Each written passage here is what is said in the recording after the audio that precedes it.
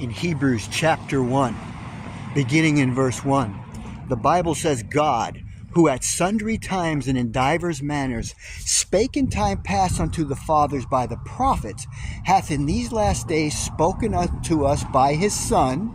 And then he says two things: whom he hath appointed heir of all things, by whom also he made the worlds. So Paul is telling us in Hebrews 1 in verse 2 that God, who is the Father, he spoke to us through the prophets in the Old Testament, but now is speaking unto us by his Son.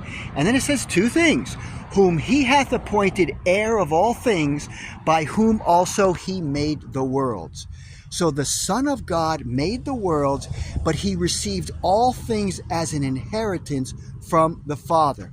This inheritance, according to Hebrews 1 and verses 1 and 2, was given to Christ when he created the worlds, when he created the entire universe. And it's very similar to the language that you find in Colossians 1 and verse 16.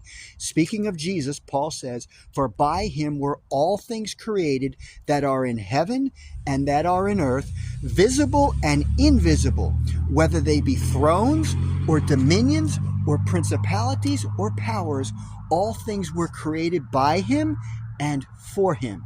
So even in Colossians 1:16, we're told all things were made by Jesus and for Jesus, because that was his inheritance. Very often I will hear Trinitarians say that he received this inheritance when he ascended back up into heaven. No, he received the inheritance back when he was begotten from the Father in the beginning, from the days of eternity, according to Proverbs 8:23, where it says, "I was set up from everlasting, from the beginning, or ever the earth was made, or before anything was created." So the beginning in Proverbs 8 verse 23 is defined from everlasting. So Jesus was given this inheritance of the entire universe, but when he came to the earth, he laid it aside. When he ascended back up into heaven, then it was given back to him as his rightful inheritance. But you also find that in Hebrews 1. I don't have time to go over the whole chapter, but in Hebrews 1, you find Jesus being begotten in heaven, begotten on the earth, and begotten from the dead. 3 times is what I read in Hebrews chapter 1. God is truly the Father.